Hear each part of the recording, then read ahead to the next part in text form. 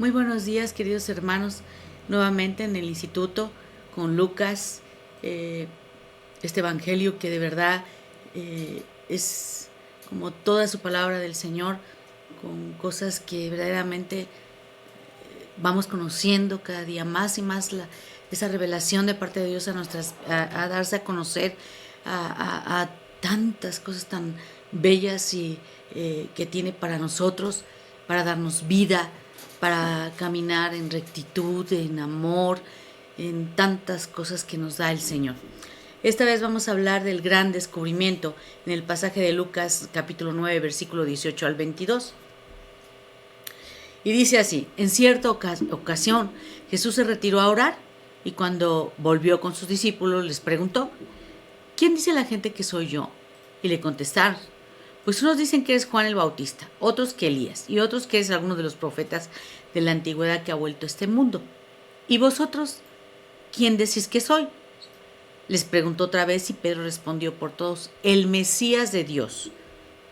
Al oír aquello, Jesús les prohibió terminantemente que se lo dijeran a nadie y les dijo: es necesario que el Hijo del Hombre pase muchos sufrimientos y que le rechacen los ancianos, los jefes de los sacerdotes y los expertos en la ley, y que le apliquen la pena de muerte y que resucite al tercer día.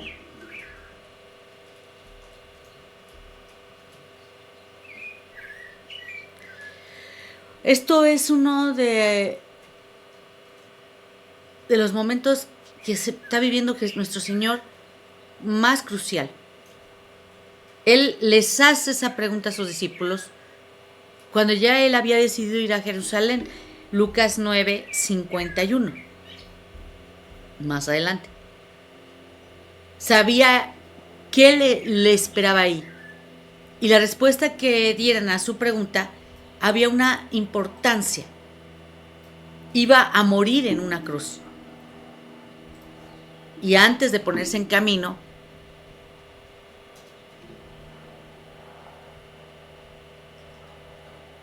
quería saber que hubieran descubierto de veras quién era él.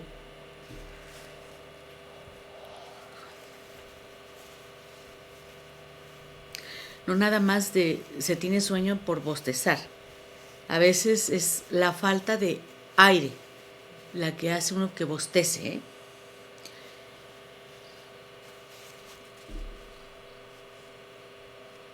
De esa respuesta dependían también cosas. Y por otro lado, si delataba una incomprensión obtusa, toda la obra de Jesús habría sido inútil. Si se habían dado cuenta, aunque fuera incompletamente, Jesús había encendido esa parte en los corazones como si hubiera sido fuego, que no se podría apagar ya.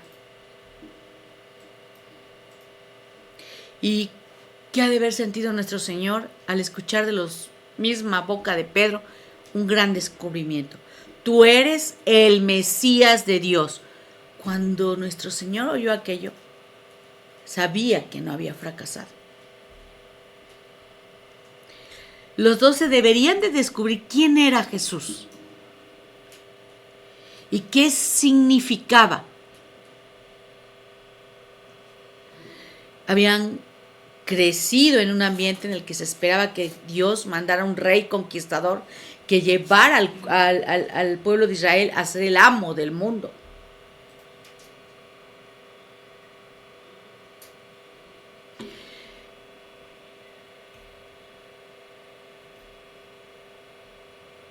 Jesús todavía tenía que enseñar que el Mesías, el ungido de Dios, había venido para morir en una cruz. Jesús tenía que darles la vuelta a todas las ideas que ellos tenían acerca de Dios y de los propósitos de Dios. Y eso fue lo que se dedicó a hacer desde aquel momento. Habían descubierto quién era Él. Ahora tenían que descubrir lo que aquello quería decir.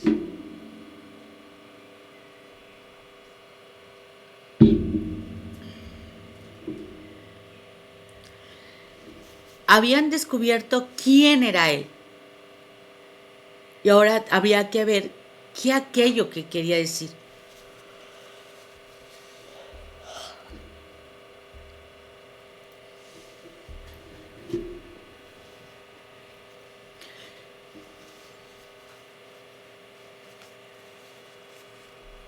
¿Qué hizo nuestro Señor? ¿Y vosotros quién decís que soy? No es suficiente para nadie el saber que los demás dicen de Jesús. Una persona puede aprobar un examen acerca de lo que se piensa y dice acerca de Jesús. Y puede ser que haya leído todos los libros de cristología que se han escrito en el mundo y todavía no ser cristiano ni cristiana. Jesús tiene que ser siempre ese descubrimiento personal. Nuestra religión no puede ser lo que diga la gente.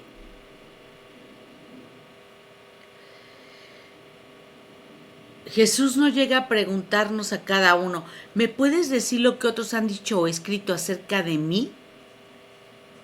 Sino, ¿quién soy yo para ti? Por ejemplo, Pablo no dijo, yo sé lo que he creído, sino dijo, yo sé en quién he creído, segunda de Timoteo 1:12. El Evangelio no se trata de recitar un credo, ni de hablar, sino en conocer a una persona.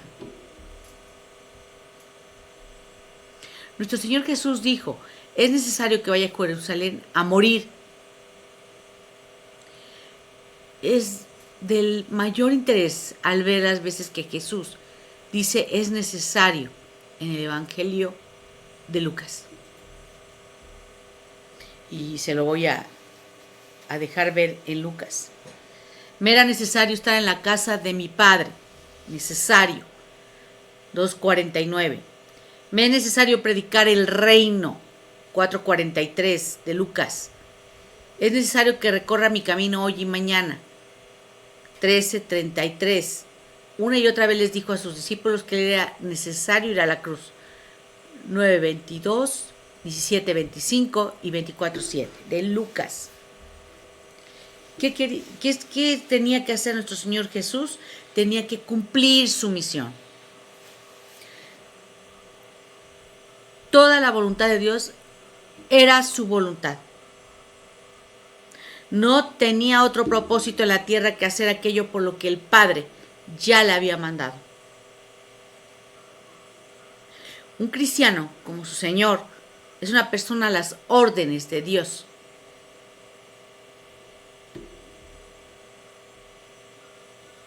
Y vamos a entrar en un pasaje que es muy interesante, como todo su palabra.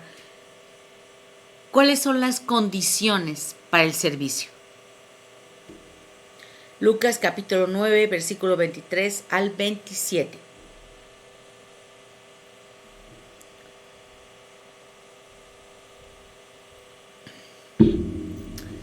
Creo que vamos a subir un poquito el ventilador.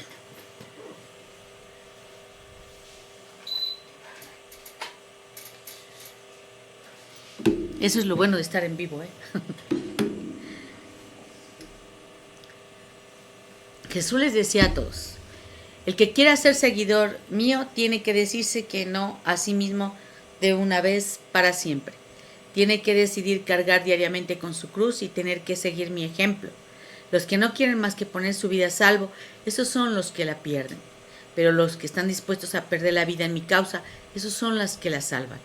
Porque ¿de qué le serviría a una persona al ganar para sí todo el mundo si para ello se destruye o se pierde a sí misma? Si a alguien le da vergüenza confesar que tiene que ver conmigo y que cree en mí, al Hijo del Hombre también le dará vergüenza decir que ese es de los suyos cuando venga revestido de la gloria de su Padre y rodeado de santos ángeles.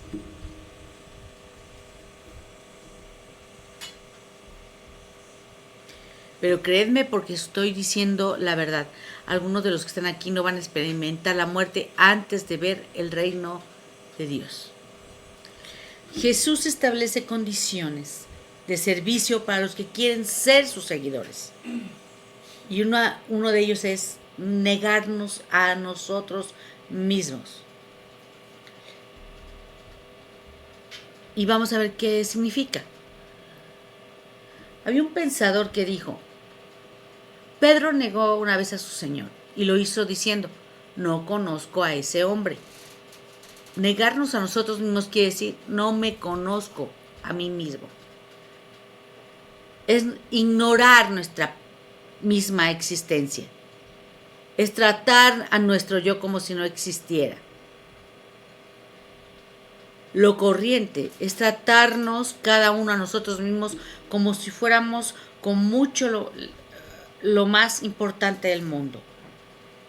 Si somos seguidores de Cristo, tenemos que decirle no a nuestro yo. Más todavía, tenemos que olvidarnos de que existe. ¿Hay que cargar una cruz? Bueno, nuestro Señor Jesús sabía muy bien lo que quería decir la crucifixión.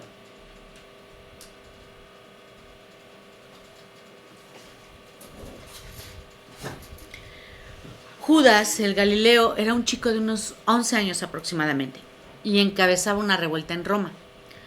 Había saqueado el arsenal de armas de Séforis, que estaba a 6 kilómetros de Nazaret. La venganza de Roma no se hizo esperar. Redujeron a Séforis a cenizas, vendieron como esclavos a sus habitantes y crucificaron a 2000 rebeldes a lo largo de la carretera para que sirvieran de escarmiento a los que tuvieran la tentación de rebelarse. Y el cargar con la cruz quiere decir estar preparado a arrastrar lo que venga por lealtad a Jesús. Quiere decir estar dispuesto a sufrir lo peor que nos puedan hacer a causa de nuestra fidelidad a Él.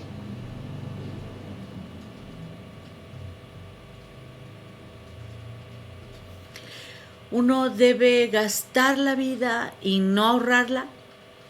Toda la escala de valores del mundo tiene que cambiar.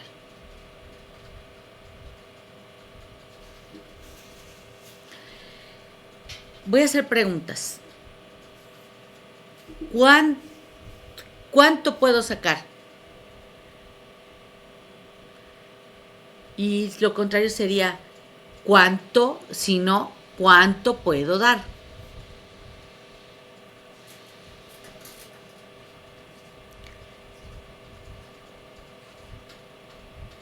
¿Qué es lo más seguro? Sino, ¿qué es lo más justo? ¿Qué es lo menos que tengo que hacer en mi trabajo?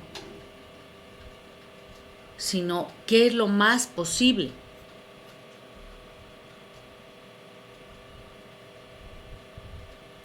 Un cristiano tiene que saber de que se le ha dado la vida, no para que se la guarde para él, sino para que la gaste para los demás, no para abrigar su llama, sino para consumirse por Cristo y por los demás.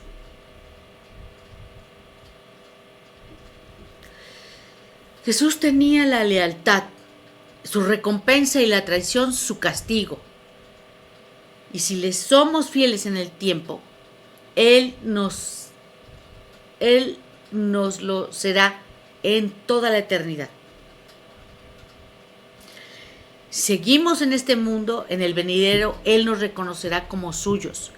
Pero si con nuestra vida le negamos, aunque le confesemos con nuestros labios, llegará el día cuando Él tenga que hacer lo mismo con nosotros.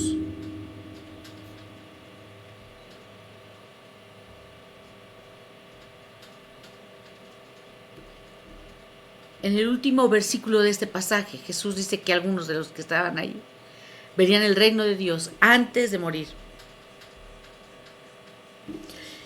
Algunos mencionaron, comentaristas, que Jesús estaba pensando en su gloriosa segunda venida y estaba diciendo que tendría lugar en la vida de algunos de los presentes y que por tanto estaban equivocados, pero no es así. Lo que Jesús decía es que antes de que pase esta generación, veréis las señales de que el reino de Dios está en marcha. Y no cabe duda que así sucedió. Vino al mundo que como la levadura en la masa, empezó a cambiarlo. No estaría mal que a veces aparcáramos nuestro pensamiento y pensáramos más bien en la luz que ha empezado a amanecer en el mundo. Ahora, el reino viene de camino y haremos bien en dar gracias a Dios por todas las señales de ese amanecer.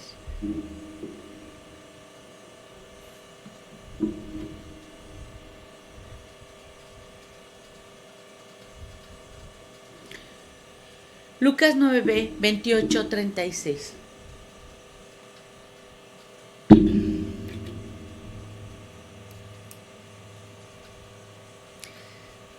Una semana después de esa conversación, Jesús se llevó a Pedro, Juan y Santiago y subió a orar con ellos a un monte. Y mientras estaba orando le cambió el aspecto de la cara y la ropa se le puso resplandeciente de blanca como la luz de un relámpago. Y se les aparecieron rodeados de gloria dos varones, que eran Moisés y Elías.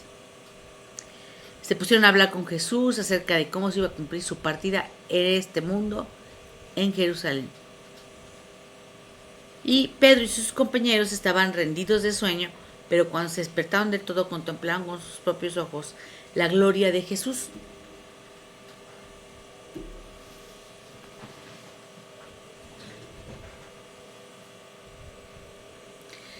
Y los dos hombres que estaban con él, cuando estos se iban separando de Jesús, le dijo Pedro: Maestro, lo mejor que podemos hacer es quedarnos aquí, vamos a hacer 3 refugios, uno para ti, otro para Moisés y otro para Elías. Él no sabía lo que decía, y mientras hablaba los envolvió una nube, cosa que les produjo a ellos temor, y de las nubes les llegó una voz que decía: Este es mi hijo, mi escogido, hacedle caso a él. Cuando se cayó la voz, Jesús se encontraba solo, y ellos no dijeron nada más, y no le contaron a nadie de lo que habían visto.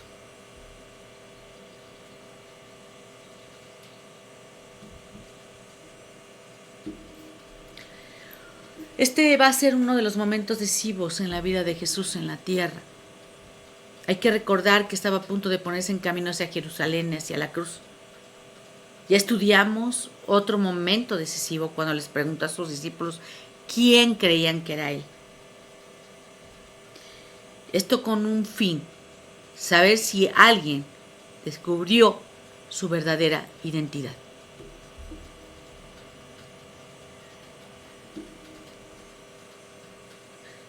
Hay algo que Jesús no haría nunca.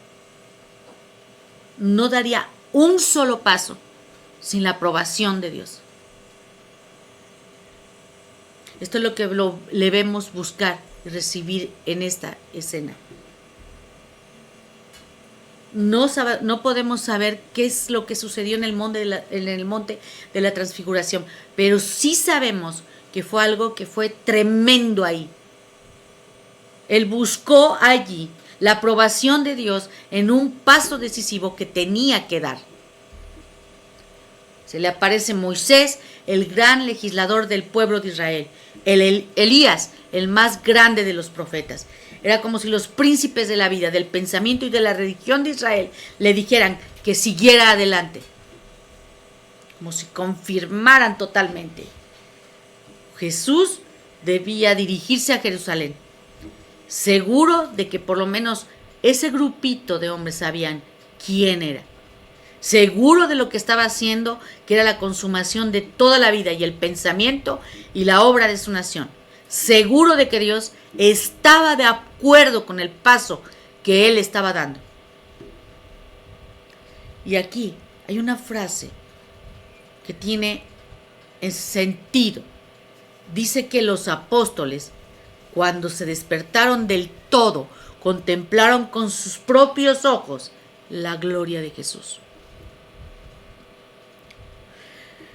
En la vida nos perdemos muchas cosas, porque tenemos esa mente, ahora sí que como ahorita que estaba bostezando, como mente dormida. Hay ciertas cosas que nos mantienen espiritualmente dormidos. Están los prejuicios. Tenemos ideas tan fijas que nuestra mente está cerrada. Cuando nuevas ideas llaman a la puerta, pero estamos tan dormidos que no las dejamos entrar. Existe un letargo mental. Hay muchos que se resisten a la lucha del pensamiento. Decía Platón, no vale la pena vivir una vida sin examen de conciencia. Cuando verdaderamente nosotros pensamos las cosas realmente y a fondo.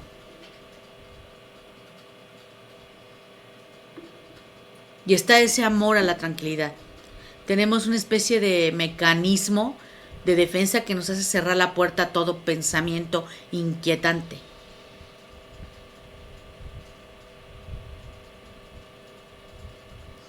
Pero hay muchas cosas en la vida capaces de poder despertarnos.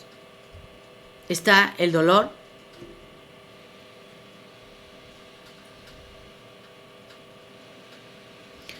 que a menudo el dolor nos despierta con rudeza y en ese momento a través de las lágrimas vemos la gloria. Está el amor.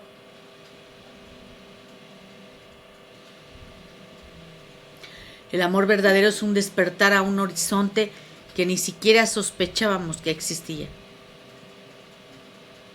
Está el sentimiento de una necesidad. Uno puede vivir medio dormido por cierto tiempo de la rutina de la vida, pero de repente le asalta un problema totalmente insoluble, alguna pregunta incontestable, alguna tentación arrolladora, algún desafío que exige un esfuerzo por encima de todas nuestras fuerzas, y en ese momento no nos queda más remedio que clamarle al cielo. Ese sentimiento de necesidad nos despierta a Dios. Y estaría bien decirle, Señor, por favor, manténme siempre despierto hacia ti.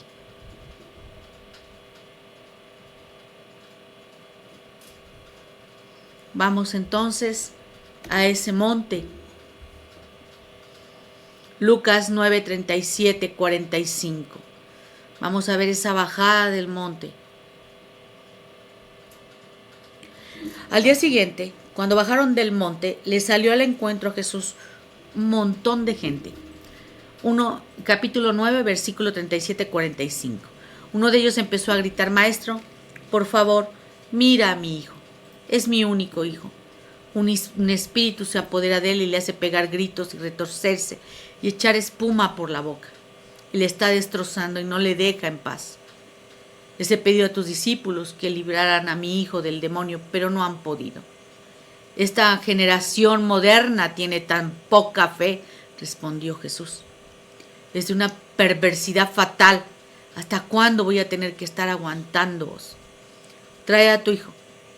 Cuando se iba acercando el chico, el demonio empezó a retorcerle y convulsionarle.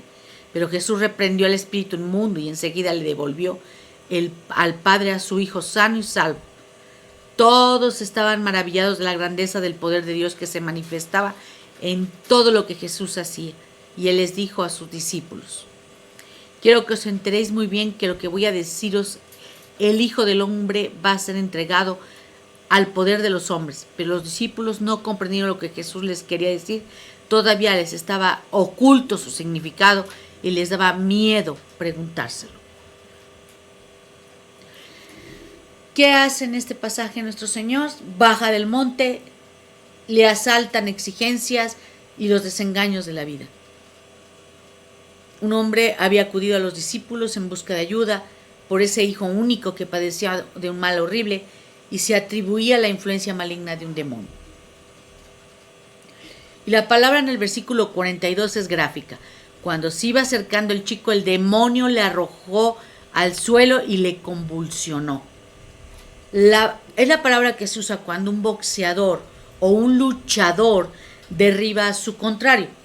Debe de haber sido algo tremendo el ver a un chico retorciéndose en el suelo y que los discípulos no hayan podido hacer absolutamente nada. Cuando llegó Jesús, resuelve la situación con ese absoluto dominio y le devuelve el chico al padre, completamente curado. Dos cosas. El momento en el monte era muy necesario, pero no debía prolongarse más. Pedro, sin darse cuenta de lo que estaba decidiendo, sugirió quedarse allí en aquella gloria con Moisés y Elías en unos refugios que hubieran podido hacer, pero tenían que bajar. A veces se nos conceden momentos que quisiéramos prolongar de una manera indefinida, pero después de un tiempo en la cima del monte tenemos que volver a la lucha y a la rutina de esta vida. Y ese momento tiene por objeto darnos las fuerzas para una vida diaria. Después de esa gran confrontación con los profetas de Baal en el monte Carmelo, Elías tuvo que poner tierra por medio. Se fue al desierto y allí bajo un enebro se echó a dormir y un ángel le preparó la comida por 2 veces. Y entonces vino la frase. Se levantó pues y comió y bebió y fortalecido en aquella comida caminó 40 días y 40 noches. Primera de Reyes 19 del 1 al 8. ¿Qué debemos hacer? A la cima del monte, a la presencia de Dios. No para que nos quedemos ahí todo el tiempo, sino para proseguir en la fuerza de ese tiempo, muchos días.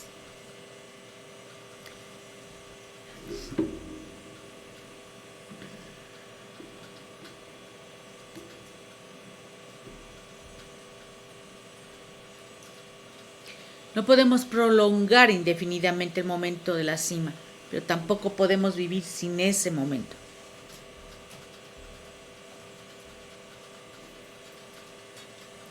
Aquí se nos ha mostrado la absoluta suficiencia de nuestro Señor Jesús. Cuando Él llegó, estaba fuera de la situación de control. Entendemos como que la gente iba de acá para allá sin saber qué hacer. Los discípulos desbordados, el pobre padre del chico estaba desanimado, desesperado, y a esta escena de desorden llega nuestro Señor. Él se hace cargo de la situación y al instante y trae la calma. Muchos a menudo nos encontramos en situaciones así en las que todo está descontrolado. Solo el Señor de la vida puede solucionar la vida con su absoluta suficiencia y ponerlo todo bajo control.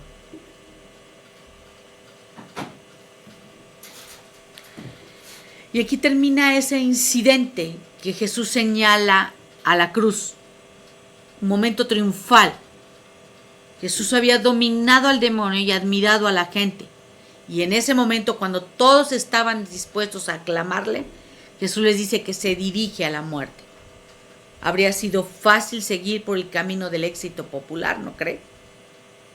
Pero la grandeza de Jesús se vio en que lo rechazó y escogió y siguió la cruz. Él no quiso evitar la cruz a la que llamó a sus seguidores.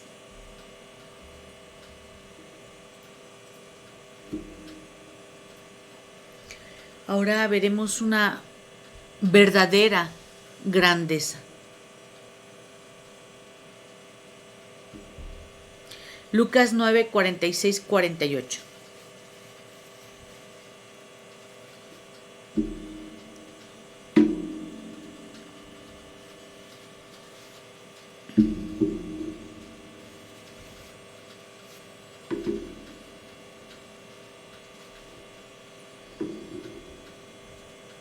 Entonces los apóstoles se pusieron a discutir quién de ellos era el más importante. Jesús se daba cuenta de lo que estaba pasando, pensando cada uno, y tomó a un chiquillo y lo puso a su lado y les dijo: el que reciba a este chiquillo en mi nombre es como si me recibiera a mí, y el que me recibe a mí recibe al que me envió, que es Dios. Así que el que se considera el más insignificante de todos vosotros, ese es verdaderamente grande.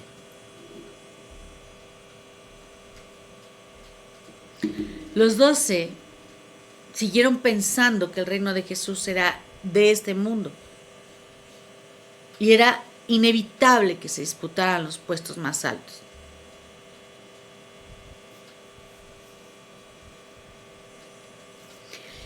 Y algún historiador inglés, como el venerable Vedas, él sugirió que esta pelea surgió porque Jesús se había llevado a la cima del monte a Pedro, Santiago y Juan, y los otros estaban celosos, supuestamente. Jesús sabía lo que estaban pensando. Tomó a un niño, a un chiquillo, y le puso a su lado, en un lugar de máximo honor.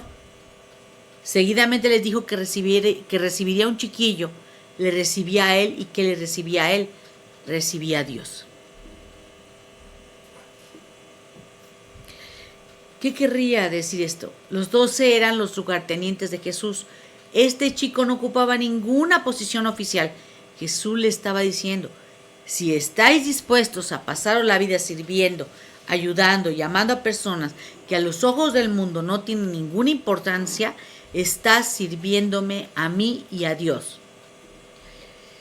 Si estás dispuesto a pasarte la vida haciendo cosas que parece que no tienen ninguna importancia, sin proponerse lo que el mundo llama grande, seremos grandes a los ojos de Dios.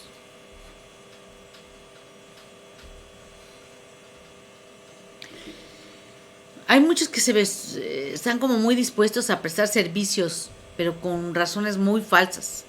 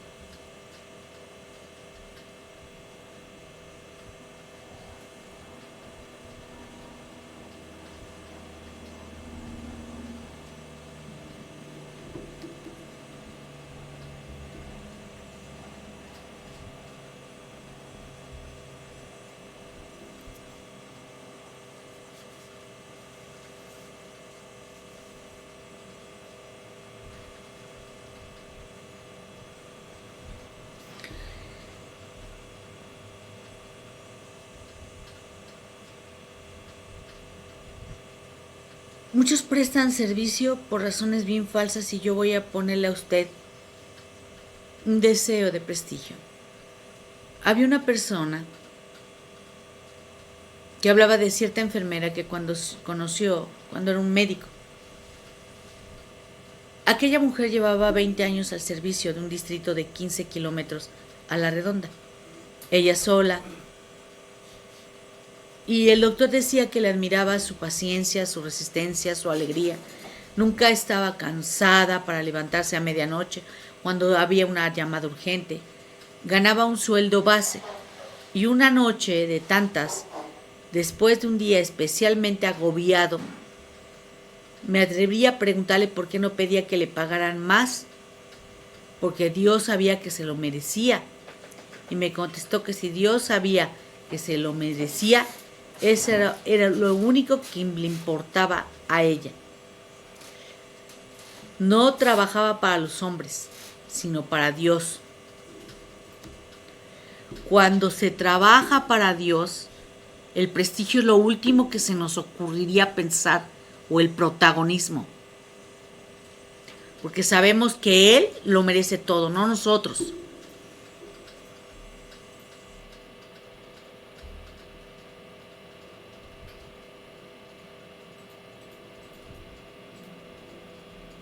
Lo otro sería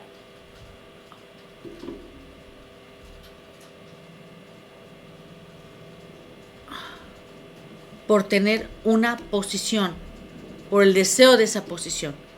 Si se le da a una persona una tarea o una posición o un puesto en la iglesia, debe considerarlo no como un honor, sino es una gran, pero gran responsabilidad.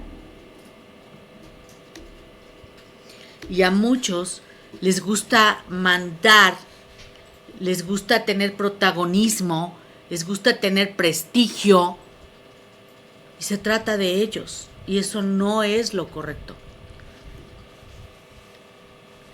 Hay quienes sirven en la iglesia, no pensando realmente en aquellos a los que sirven, sino en sí mismos.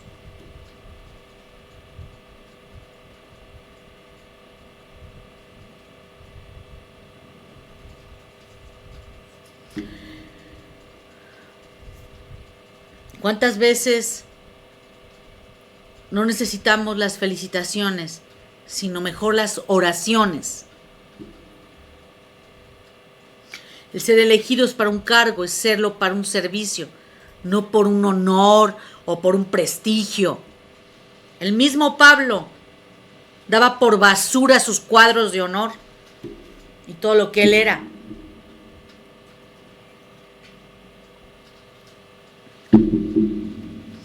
por el deseo de prominencia. Muchos están dispuestos a servir o a dar siempre que se reconozca el servicio o la generosidad. Y Jesús nos dice que no debemos dejar que nuestra mano izquierda sepa lo que hace la derecha. Si damos o hacemos algo solo para recibir algo, para nosotros eso no tiene ninguna gracia. Lucas 6, 32 a 34.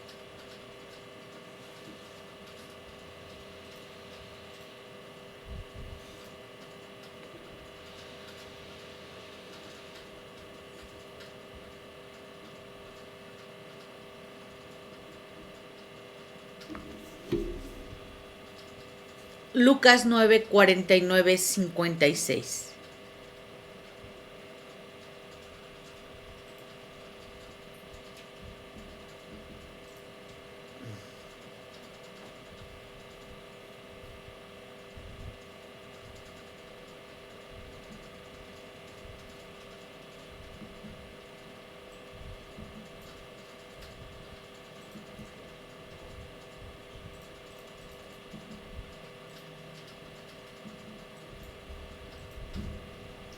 Lucas 9, 49, 56. Maestro, le dijo Juan a Jesús, hemos visto a uno echar demonios en tu nombre, se lo prohibimos porque no es seguidor tuyo como nosotros.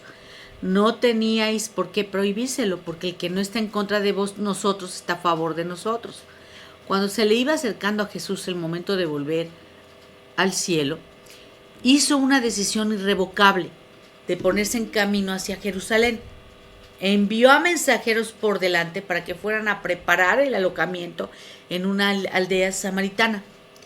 Pero la gente de allí se negaron a darles hospitalidad porque tenían aspecto de dirigirse a Jerusalén. Cuando lo supieron los apóstoles Santiago y Juan, le dijeron a Jesús, Señor, ¿nos dejas que mandemos bajar fuego del cielo que los consuma, como hizo el profeta Elías? Pero Jesús se volvió a ellos y los regañó. ¿Todavía no habéis enterado de qué espíritu sois? El Hijo del Hombre no ha venido a perder a las personas, sino a salvarlas. Así es que siguieron andando hasta otra aldea. Aquí hay dos partes de materia de tolerancia.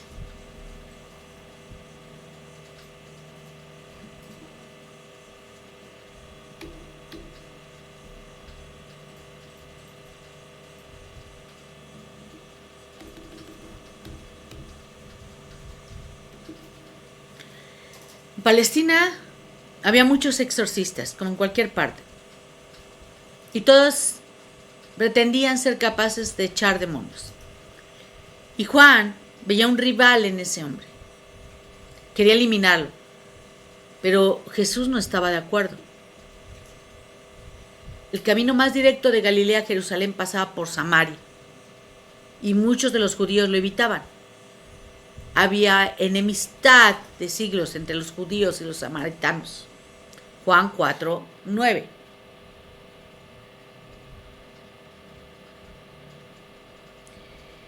Y de hecho los samaritanos hacían todo lo posible para molestar y hasta hacer daño a los grupos de peregrinos que intentaban pasar por ahí. Pero nuestro Señor Jesús no era corriente ir a Jerusalén por ese camino, y menos aún el buscar alojamiento en una aldea samaritana. Y cuando lo hacía, estaba ofreciendo una mano amiga a un pueblo enemigo. Y en este caso no se trataba solo de negar la hospitalidad, sino también de rechazar la amistad.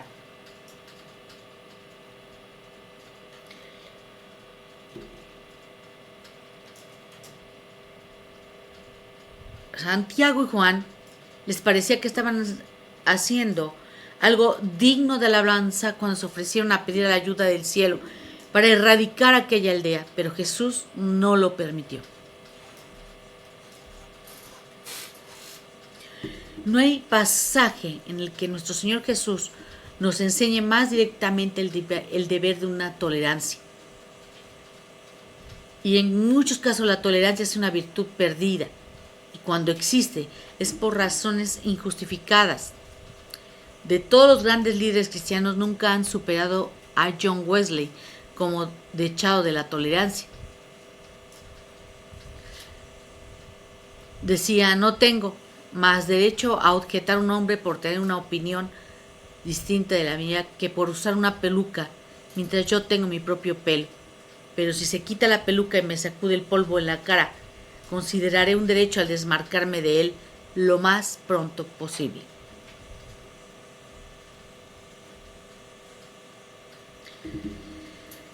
Debemos evitar la estrechez de espíritu, el partidismo, el estar aprisionado en las propias entrañas, ese fanatismo miserable que hace que muchos no estén dispuestos a creer que hay obra de Dios nada más que entre ellos. Pensamos y dejamos pensar.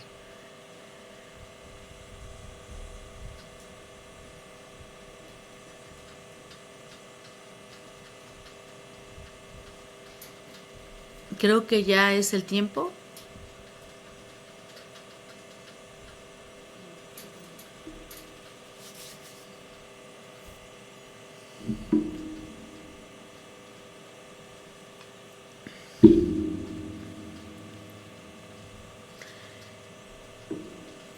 Hay un fanatismo miserable que hace que muchos no estén dispuestos a creer que hay obra de Dios nada más que entre ellos. Pensando y dejando de pensar.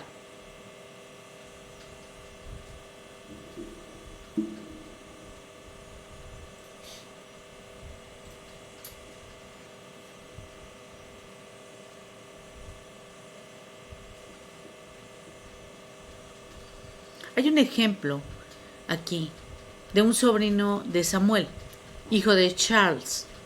Se hizo católico. John le escribió: no me importa en qué iglesia estés, puedo salvarte o condenarte en cualquiera de las dos, pero me temo que no has nacido de nuevo. La invitación a participar de la Santa Cena que se hace en las iglesias metodistas es sencillo. Acercaos todos los que améis al Señor. La convicción de que los únicos métodos y creencias correctas en los nuestros ha traído más angustia y desgracia a una iglesia cristiana que ninguna otra cosa.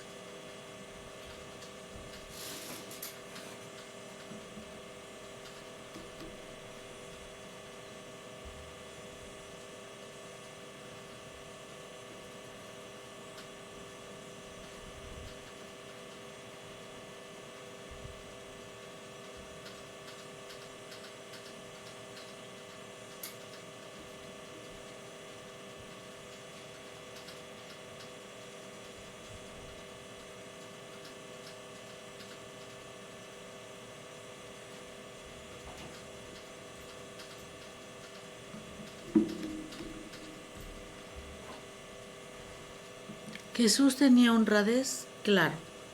Lucas 9, versículos 57-62. Cuando iban de camino, uno le dijo a Jesús: Señor, yo voy contigo hasta el fin del mundo. Las zorras tienen guaridas y las aves nidos, pero este hijo del hombre no tiene ni dónde recostar la cabeza, le contestó. Sígueme, le dijo a Jesús a otro, y él le contestó: déjame antes que vaya a enterrar a mi padre.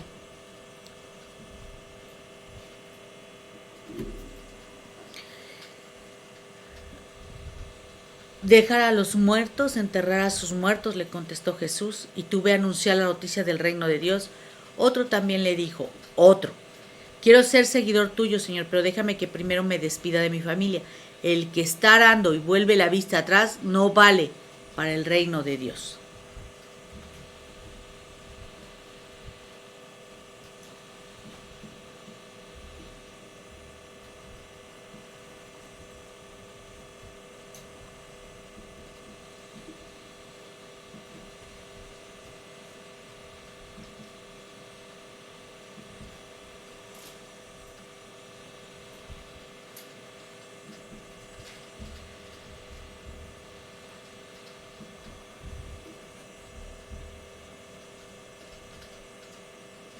Primer consejo que da nuestro Señor: antes de hacerte seguidor mío, considera lo que te va a costar.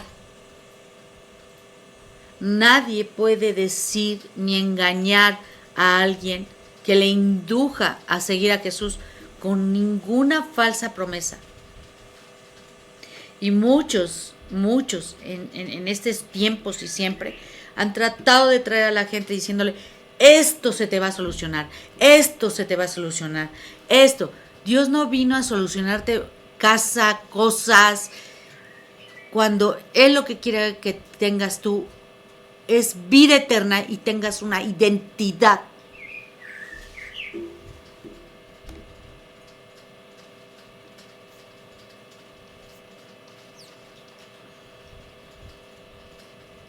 Jesús le hacía a la gente el honor de colocarles el listón tan alto que ya no había más.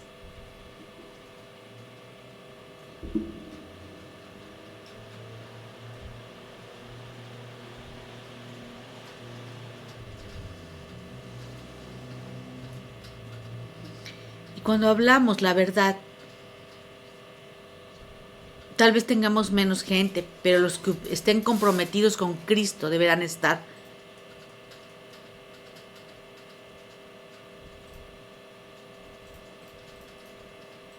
Y lo que dice Jesús al segundo suena duro. Y no lo es mucho. Lo más seguro que el padre de aquel no estuviera muerto ni casi. Es probable que quisiera decir, te seguiré cuando se me haya muerto mi padre. Un funcionario inglés en el este cuenta que un joven árabe muy brillante se le ofreció una beca para estudiar en Oxford o Cambridge. Y contestó, la aceptaré cuando haya enterrado a mi padre. Y su padre no tenía mucho más de 40 años. Y sí, muy buena salud.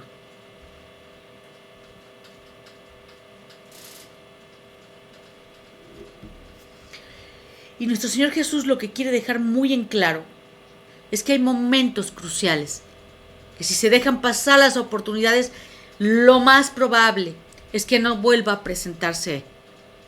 Este hombre sentía en el corazón la llamada a salir de un ambiente espiritualmente muerto. Si dejaba pasar ese momento, no iba a salir nunca.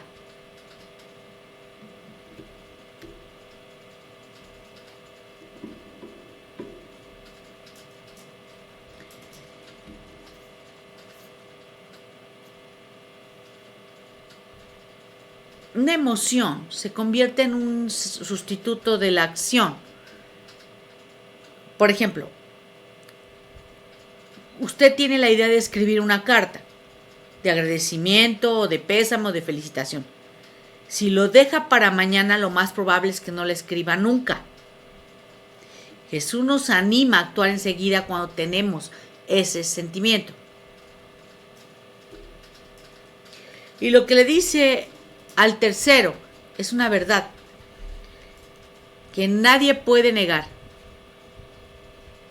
El que está arando no podrá jamás hacer un surco derecho si vuelve la cabeza para mirar atrás por encima del hombro. Y algunos tienen ese corazón en el pasado.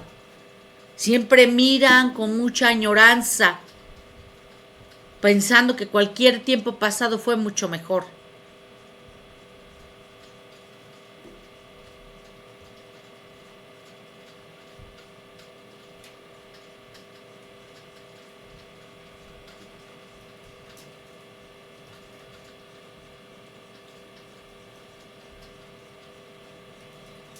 Un cristiano siempre seguirá en marcha, no hacia el poniente, sino hacia la aurora. La consigna del reino no es atrás, sino adelante. A este hombre Jesús no le dijo ni sigue ni vuelve, sino no aceptó un servicio tibio y dejó que el hombre hiciera su propia decisión.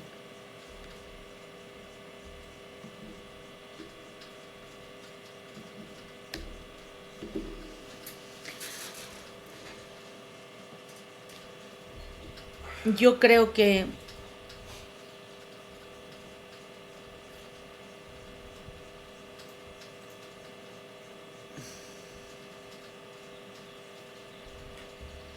es aquí donde nosotros nos quedamos.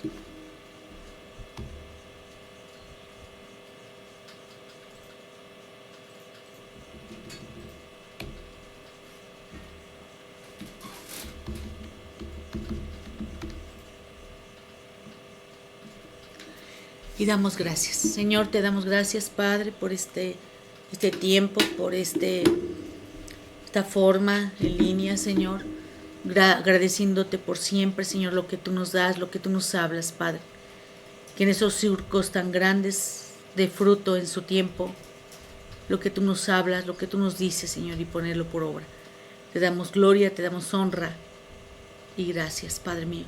Gracias porque tú siempre eres más que bueno, porque nos envías a tu Hijo, tu único Hijo. Te agradecemos por todo lo que nos das, Señor, por todo lo que nos hablas, por todo lo que haces por nuestras vidas y el control que tienes sobre ellas. En el nombre de Jesús, bendito seas por siempre. Amén. Reciba usted un gran abrazo, sigamos adelante y que Dios le bendiga.